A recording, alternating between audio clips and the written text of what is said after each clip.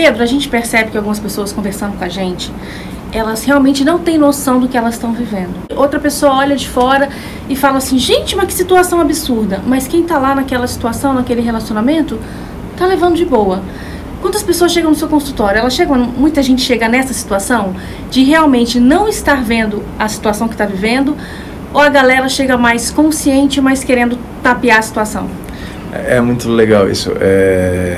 Vocês devem receber muita mensagem nesse sentido. O que chega muito no consultório, por incrível que pareça, não é alguém querendo terminar a relação ou resolver a relação. Antes de me formar, antes de começar a ter experiência e tal, eu achava que as pessoas chegavam resolvidas. Então elas chegavam tipo, eu sei o que eu quero pra minha vida e tal. Mas o que costuma acontecer é, eu não quero me incomodar mais com essa condição. Mas não, eu quero resolver a condição. Então basicamente eu tenho um ferimento, eu pisei num prego, sei lá, e tá machucado, eu cortei o pé. Mas não é tipo, eu quero tirar esse prego. É tipo, eu quero que esse prego pare de doer.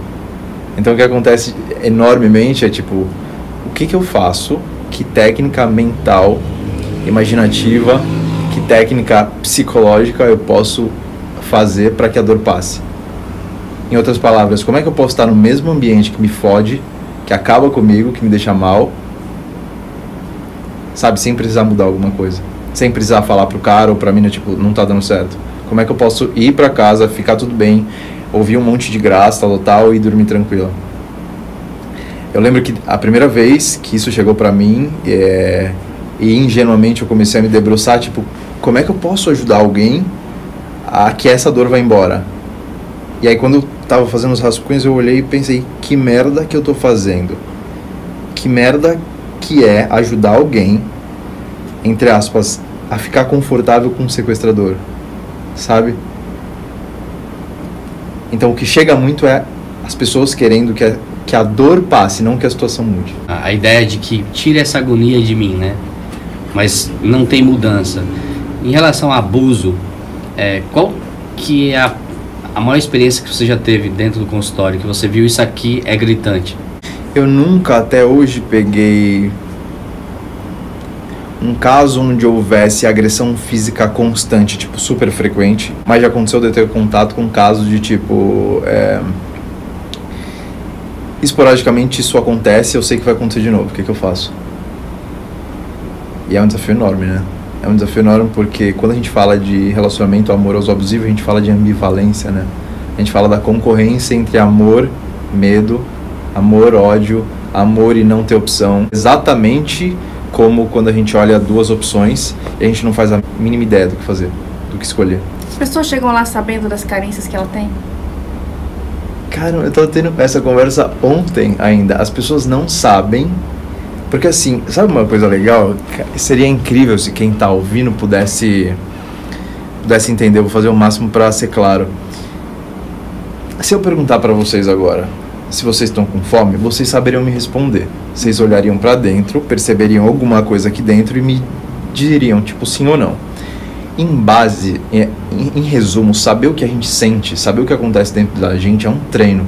Então algumas pessoas sabem mais do que outras, ao longo da vida aprenderam mais do que outras. Então, por exemplo, a gente aprende a dizer que está com fome e a resolvê-la porque ao longo da vida a gente sentiu alguma coisa, fez alguma coisa e aquilo funcionou. Mas em algum momento da vida não era assim. Por exemplo, a criança sentiu uma dor, ela dizia que queria ir no banheiro, não tinha nada a ver com ir no banheiro. Era sobre pedir comida, ou sobre mãe faz alguma coisa, o pai faz alguma coisa. Sentimento, emoção, quando a gente fala sobre amor, quando a gente fala sobre carinho, quando a gente fala sobre raiva, é a mesma coisa. Então o que eu vejo no consultório é as pessoas chegam não sabendo descrever o que está acontecendo com elas.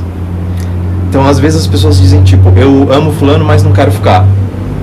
Peraí, talvez a gente tenha então outra forma de amor, talvez isso não seja amor, talvez sabendo não descrever, sabe? Tipo, peraí, o que está realmente acontecendo com você? O que é isso? Qual que é o nome que você dá? Por exemplo, amor.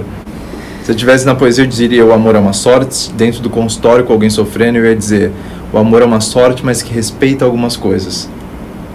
Então até o amor tem seus limites. Tá todo mundo falando sobre amor, mas cada um tá falando de uma versão de amor. Então o Marcelo tá falando que tá dizendo que ama a Letícia.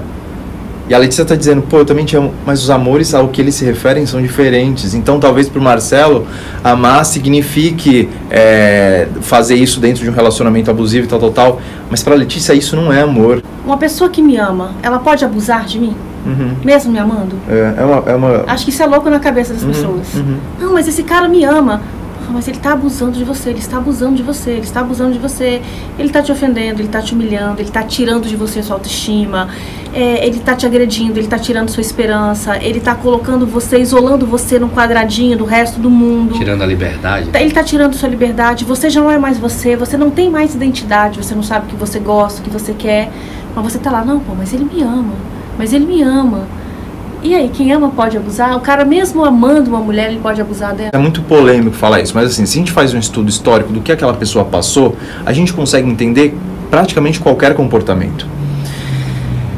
O problema é que se a gente ficar nesse jogo de empatizar, de validar tudo que o abusador faz, a gente não dá força para outra dizer, beleza, mas eu não tenho nada a ver com isso. E, por exemplo, quando você fala, ela não se reconhece mais, tem uma coisa que eu sempre pego e coloco em algum momento na mesa para as pessoas que estão sendo abusadas, que é, mais do que tudo, o ponteiro está girando.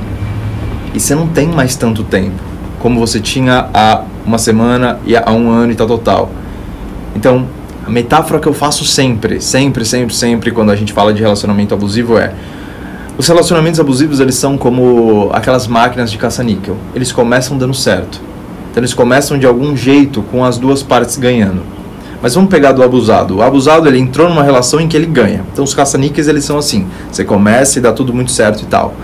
O que acontece com quem se vicia? De modo geral, quem se vicia continua com a esperança de que aquilo vai voltar a ser como era no começo.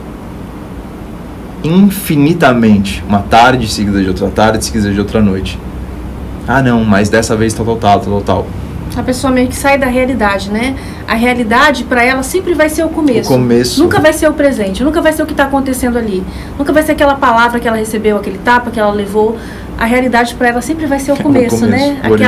Aquela esperança de que não, mas é aquilo lá, isso aqui que tá acontecendo, não é assim. Não, isso é passageiro. Não é assim, isso aqui é uma situação. E aí o tempo passa, né? O ponteiro realmente não para. E quando vê, a pessoa passou a vida ali, passou anos. Eu passei 14 anos. Aí você fala, meu Deus, você só vê quando você sai. Mas quando você está lá dentro, realmente são muitas coisas que te prendem, são muitas amarras. A gente não consegue ver, não consegue enxergar. Foi o que você falou, a gente não consegue dar nome para as coisas. Você só fica com as sensações. Mas você não dá nome. Pô, tá fazendo isso comigo. Você não vê. É só a sensação. E você ainda fica com aquela coisa, poxa, mas será que tá fazendo mesmo? Foi só isso. Aí no outro dia foi só aquilo. Foi só aquilo outro. É só um monte de pequenas coisas que destroem a outra pessoa. Perfeito. Olha só, eu cresci num lar que meu pai, né, batia na minha mãe, abusava da minha mãe, traía minha mãe. Me levou para alguns ambientes onde ele traía. E eu tô com 40, vou fazer 43 anos. E outro dia eu tava tendo sensações horrorosas, coisas que estavam pesando, que aconteceram lá no passado. E aí eu falei, pô, agora isso vem à tona, né, depois de tanto tempo. Porque a gente vai tocando a vida e não vai pensando sobre, e quando a gente começa a se perceber ou a fazer uma reflexão, ou às vezes não sei de onde que vem, porque sensação é sensação, você não sabe, né? Quando a gente está discutindo, eu falo, eu estou com uma sensação assim, eu não sei se é verdadeira, eu não sei se é legal, mas a sensação é essa, ela não é boa, ela não me faz bem. E aí, cara, eu vejo, todo dia que eu converso com a minha mãe, eu vejo ela amando meu pai até hoje. Isso é muito louco. Verdade. É a coisa mais louca que eu vejo. E quando eu vejo que ela amou um homem assim, dá uma diminuída na minha falta de orgulho do meu pai. De alguma forma me aproxima dele, porque ela foi perdoando ele. Só que eu, nem tanto, né? Por mais que meu pai me tratou sempre com carinho, com jeito, ver essas coisas com a minha mãe, e que as lembranças, elas são horríveis. Então, para vocês terem ideia de como um abuso ou uma situação de agressão dentro do relacionamento, do casamento, do namoro, pode se estender por gerações ou pode durar uma vida, né? Por isso que é importante aí fazer terapia. Já, o que você sente quando você escuta ela falar? Isso quando você tá na frente dela e escuta ela falar? Cara, eu falo, cara, essa minha mãe é louca, né, cara? Assim, cara, consegue amar esse cara ainda, velho. Tipo, Essa é a sensação. Eu acho até de uma forma bonitinho e tal. Mas quando eu vejo a cena na minha mente clara, no meu olhar, eu falo, cara, que sacanagem, né, velho? E aí, pô, com tudo, né, eu tentei viver uma vida diferente do meu pai, não segui os mesmos passos. E nem todo mundo consegue. Tem filhos que copiam o que os pais fazem lá atrás.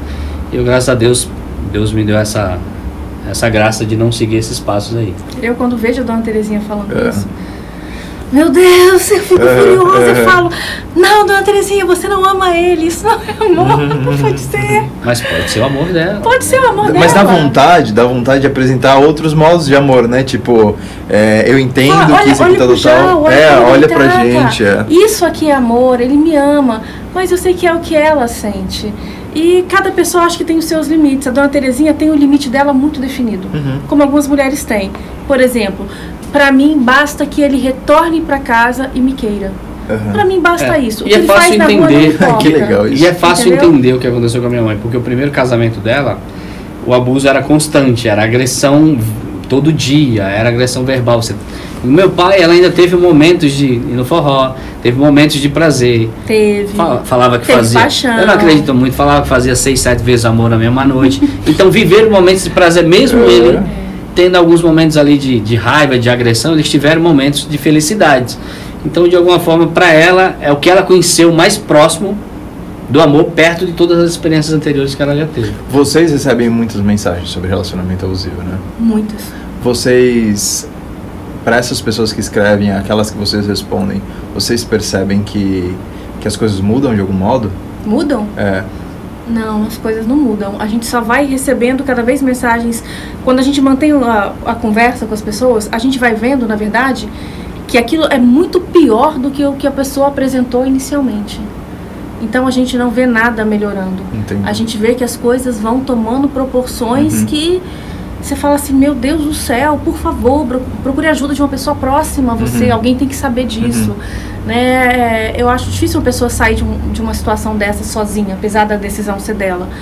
E aí eu acho que o grande diferencial é quando a pessoa consegue estabelecer um limite do que eu aceito, do que eu suporto, do até onde eu vou. Só que você vai perdendo esse limite, você vai perdendo. Você acha assim, esse mal não vai piorar.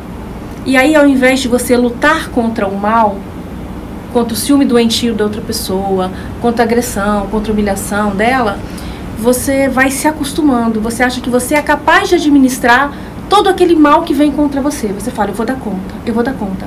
Só que o mal, ele não para. O mal só cresce. Então, quando você não enfrenta, não põe um limite claro, dentro de você está deixando aquilo crescer e tomar proporções gigantescas. Você se torna conivente com aquele mal.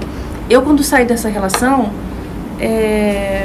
não teve um pedido de perdão, mas eu fui muito clara em falar, você fez comigo tudo que eu deixei. Porque, na verdade, é isso. Você ficou 14 anos assim, né? 14 anos numa relação assim. Saiu, voltou... Saí dessa relação por um tempo, acabei voltando pra ela e se estendeu. E aí, você fez porque eu deixei. Por que eu deixei? Nunca foi claro pra mim porque eu deixei. Eu deixei porque eu tinha infinitos medos. Acho que esse era o grande problema, né? Depois eu fui vendo como eu fui covarde. Ok, mas eu me perdoo por ter sido covarde, eu entendo todo o meu contexto. Só que teve que ter um limite. Você começa a aceitar, daqui a pouco você assim, você está disposta a aceitar qualquer coisa. Eu cheguei a um ponto que eu estava disposta a aceitar qualquer coisa só para continuar convivendo com meu filho, sem ter o medo de se um dia vai tirar meu filho de mim ou não. Só que não vai parar, nunca vai parar, porque o mal não para. O mal, você não foge dele, você não se esconde, você não se esquiva, você enfrenta, você tem que encarar que é daquele jeito, que se você não fizer uma coisa, ele vai te engolir.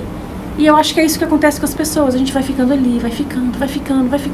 Daqui a pouco você está completamente dominado por aquela situação, amando ou não amando. Porque o relacionamento abusivo, ele tem isso. Você pode achar que tem amor envolvido, que a outra pessoa te ama, ou que você é uma outra pessoa, vocês podem se odiar e ainda assim permanecer naquela situação. É um troço de louco, não tem explicação. Ele acontece, a pessoa tá ali, cara, enredada. E eu acho muito importante começar com um limite. Tipo, até onde eu aguento? Porque as pessoas perdem esse limite. Eu aguento qualquer coisa. Cara, a gente não aguenta qualquer coisa.